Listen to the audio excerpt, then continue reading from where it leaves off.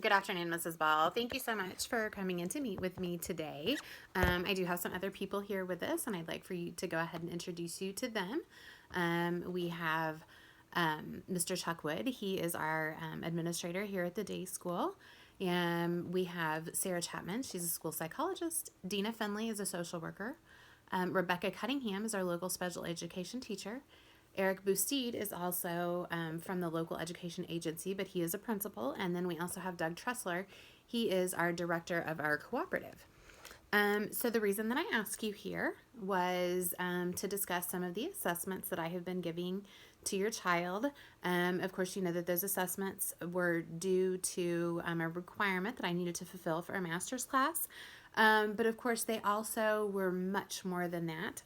They were very valuable in learning a little bit more about your child's academic performance, and then also what goals that we needed to set for that. I want to tell you that it has really been a pleasure to work with him. He has a very quiet presence about him, and he is very helpful with the younger students. It is very apparent that he does enjoy school, and he, really interacts well here and has some great friends here as well. So another benefit has been that we have been getting to work closely together. And by us getting to work closely together, we have really formed a better rapport, which I think has helped with some of his performance. But then also to ease some of his anxiety that tests, have often brought on to him. So anyway, I want to tell you about our assessments that we gave him. I gave him 3 different ones: informal assessment, norm referenced assessment, and the curriculum-based assessment. So the informal assessment measures the day-to-day instruction. One thing that I really like about this type of assessment is that it really allows me to give individual feedback to the student. I can see where the progression is, where the struggles are, and then I can adjust based on that. As his math teacher, I specifically prefer this one because of the fact that I then do not move on until I know that he has got that concept. And that is what the informal assessment does. We keep a portfolio assessment, and in that portfolio, I'm able to keep, a lot of his paperwork, which of course I have quite a bit of it here, and we'll get to a point and we'll talk about that a little bit more. But anyway, I also think that it takes the testing anxiety out of the piece, which of course, again, we know that, there is some struggle with that. Okay, the norm reference test compares students' progress to others in their peer group, and that is across the state and across the nation. So, it's a quick snapshot of what students are supposed to learn, but it does not tell me really what the true weaknesses are. And then also doesn't really give me the opportunity to make the adjustments that I need for that student to meet their goal. However, there, of course, is always a benefit, in these assessments. And so by including that with our grouping of the test, definitely gives us a better snapshot. The curriculum-based assessments is a method of determining a student's progress in certain areas. And now this can provide us the weaknesses, can provide us the strengths. It helps both you and I with achieving the educational goals that we're wanting for him. And again, we can adjust those methods of instruction. And also, another benefit, and this goes back to that anxiety piece for our friend, is that the testing probes are quick. They're usually like 1 to 5 minutes. And based upon that, then I can change that instructional technique, increase instructional time, go from group instruction to individual instruction, vice versa. I can just present that material in a different way that is going, to help foster that growth that we're wanting to see. Cognitively, Ethan, he really doesn't have any issues cognitively. Most of those skills are average in tasks that require like visual organization or maybe relationships, so on and so forth. I I don't really see a concern there with his cognitive abilities. I like that he has some really good problem solving skills. That is definitely a huge thing, and that is definitely something that is going to help him continue to grow. Reading wise, he's able to read at a second grade level. We knew that he was, a little bit lower. He understands the phonic rules. He uses them when decoding text. And, he is getting some parts of speech down, but that is definitely something that we're going to continue to work on. Not necessarily something that, we had really assessed. However, it was definitely something that was visual when we were going over some of that.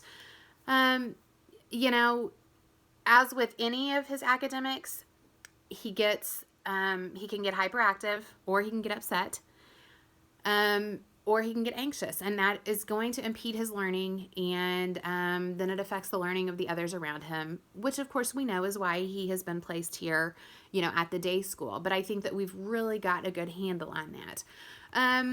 Spelling and language, what we're kind of looking at is, he's, again, at that lower level. We definitely need to make some improvements there, and which we are working on. I think every day I am seeing progress being made. Reading wise, kind of goes with the spelling and the writing, and of course, again, we've got to work on, some self-regulation skills, which I think is going to help him there. Mathematically, he's telling time to the 5-minute interval. He can identify coins. He can tell their value. He can count change. He can add double-digit addition with regrouping and simple single-digit subtraction. I know, and I really like the fact that he is usually using his manipulatives to add or subtract. And the touch points is a really good thing for him, and seems to be kind of a comfort to him. And in fact, I have even seen it where he has solved a problem, but then using his touch point goes back and checks it. So that's, I like that. I think that's a really good skill. Again, I think it's just that the anxiety, some of the hyperactivity, it can impede some of that learning. But again, self-regulation has really come far, and he is really getting there. Right now, what I'm really, really seeing is a single-digit addition using manipulatives or touch points as his baseline. And of course, once we get into some more of, the testing and what we talked about, I think that you'll really understand that a little bit more. You'll see the proof to it. Strength-wise, he's got lots of them. He's a hard worker. He tries hard. If he's stumped, he will ask for help. I think that's incredible. He's a great helper to younger students. I really can't reiterate that enough. I do want to tell you, so one thing that we do is, if he's in a math group with younger students, academically he is a little bit closer to their level, but he does still grab that concept a little bit quicker. So I have used that to where that then he will teach the younger students. So number one, building his confidence. Number two, he is, getting extra enrichment off of that skill. And, it's just building, I think it's just building a whole classroom environment. And again, gives him a community sense. And I really like that. Weaknesses wise, his processing speeds can be a little bit slower depending on what we're doing. And of course, I think that goes back to, kind of what he dealt with earlier than life. He can get frustrated. Emotionally, we do have some issues there, but I definitely, like I said, I think we're really working on that. Let's talk about his goals that we have kind of outlined. We made SMART goals. SMART is an acronym for specific, measurable, attainable, realistic, relevant, and time-bound. And so using, this raw data, and of course we have our We have some worksheets here that we've used. That was part of the informal assessment. There's some scoring reports, have some raw data, and that's from the curriculum based. And then here's just some other classroom work that he has done. And like I said, I really like the portfolio part because then I can kind of see how he's progressed. So when I look back, I definitely see progression. And so I think that is huge. So looking at some of this, I actually sat down with Ethan and I said, hey, you know what, buddy, let's make a couple of short-term goals based on, a couple of your strengths and weaknesses. And, especially the goals around the weaknesses.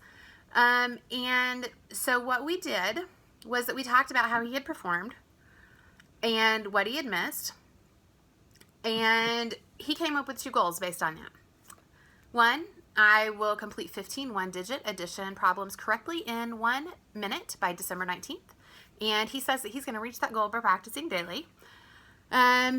He said he's going to write his numbers correctly all of the time by December 19th by practicing and by being aware of what he's writing. So that was another thing that we kind of dealt with too, is that there was some number formation that was incorrect when he was writing out his answers to some of his assessments. So SMART goals, we based that off of the oral reading fluency, and that was off of the Dibbles test. So we've got 2 of those, and these are actually his long-term SMART goals. So what we're looking at reading-wise is by the end of the 4th quarter, he will be able to orally read a passage in 1 minute with 80% accuracy in 3 out of 5 trials. I have no doubt that he will accomplish that. Like I said, he's been working really hard. And what I really like about some of the math that we're getting into right now too is that there's a lot of reading with it, and we're getting to spend a lot of one-on-one time there again, and so we're really working on all of those skills together. Okay, so when he was given the norm referenced assessment, and we used the Woodcock-Johnson, and in that norm referenced assessment, we determined that there is a little bit of a lapse as far as his ability to complete any multi-digit addition or subtraction problems. Based off of that, by the end of the 4th quarter, he will be able to complete multi-digit math and subtraction problems with 80% accuracy in 3 out of 5 trials. So, you may think that some of this is maybe a little bit much.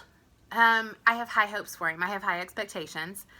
And I like to have those high expectations, and I like for him to be able to see that he can reach that gap.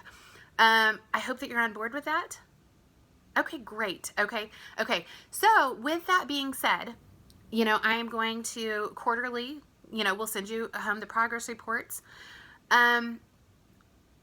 We communicate. I know that you've called on several different occasions, just to ask about some different things. I've sent notes home in backpacks, different things like that. And so I really want to make sure that we keep that communication open, and I want to make sure that Ethan knows that.